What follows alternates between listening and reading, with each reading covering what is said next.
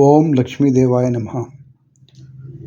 అక్షయ తృతీయ నాడు మీకు మీ కుటుంబాలకు అష్టైశ్వర్యాలు, ఆయురారోగ్యాలు, సిరి సంపదలు ఇవ్వాలని ఆ లక్ష్మీదేవి మీ కుటుంబాలను చల్లగా చూడాలని మనస్ఫూర్తిగా కోరుకుంటున్నాను. ఈరోజు అక్షయ తృతీయ ప్రత్యేకత గురించి మనం తెలుసుకునే ముందు ఇప్పటివరకు మన ఛానల్ని సబ్స్క్రైబ్ చేసుకోకపోతే సబ్స్క్రైబ్ చేసుకోండి, లైక్ చేయండి, షేర్ చేయండి, కామెంట్ చేయండి. వైశాఖ శుద్ధ తదిన అక్షయ తృతీయగా వ్యవహరిస్తారు. అక్షయం అంటే నాశనం లేకపోవడం, దినదిన అభివృద్ధి చెందడం అని అర్థం అండి. ఈ అక్షయ తృతీయ నాడు పరశురాముడు జన్మించినాడు. పవిత్ర గంగానది భూమికి తాకిన పర్వదినం కూడా ఈ అక్షయ తృతీయ నాడే జరిగింది. త్రేతాయుగం మొదలైన రోజు కూడా ఈ అక్షయ తృతీయ నాడే జరిగింది.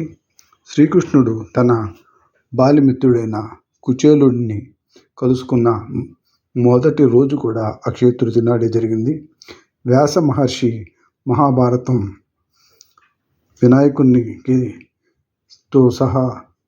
సహాయంతో రాయడం మొదలుపెట్టిన రోజు కూడా ఈ అక్షయ తృతీయ నాడే జరిగింది. సూర్య భగవానుడు వనవాసంలో ఉన్న పాండవులకు అక్షయ పాత్ర ఇచ్చిన రోజు కూడా ఈ అక్షయ తృతీయ నాడే. శివుని ప్రార్థించి కుబేరుడు శ్రీ మహాలక్ష్మితో సమస్త సంపద సంరక్షించుకొనిగా నింపబడిన రోజు కూడా ఈ అక్షయ తృతీయ నాడే జరిగింది.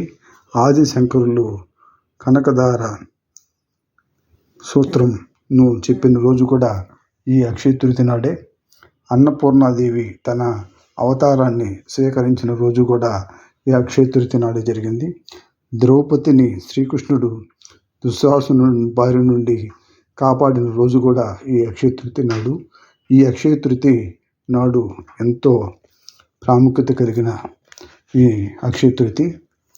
ఈరోజు పూజ లక్ష్మీదేవికి మనం పూజ చేసి ఇంట్లో 5 మందికి ముత్తైదులకు కానీ 9 మంది ముత్తైదులకు కానీ పళ్ళు దానం ఇచ్చి వారి ఆశీర్వాదం తీసుకుంటే ఆ కుటుంబాలు ఎంతో సిరి సంపదలు, ఆరోగ్యాలు, అష్టైశ్వర్యాలతో వర్ధిల్లుతాయి.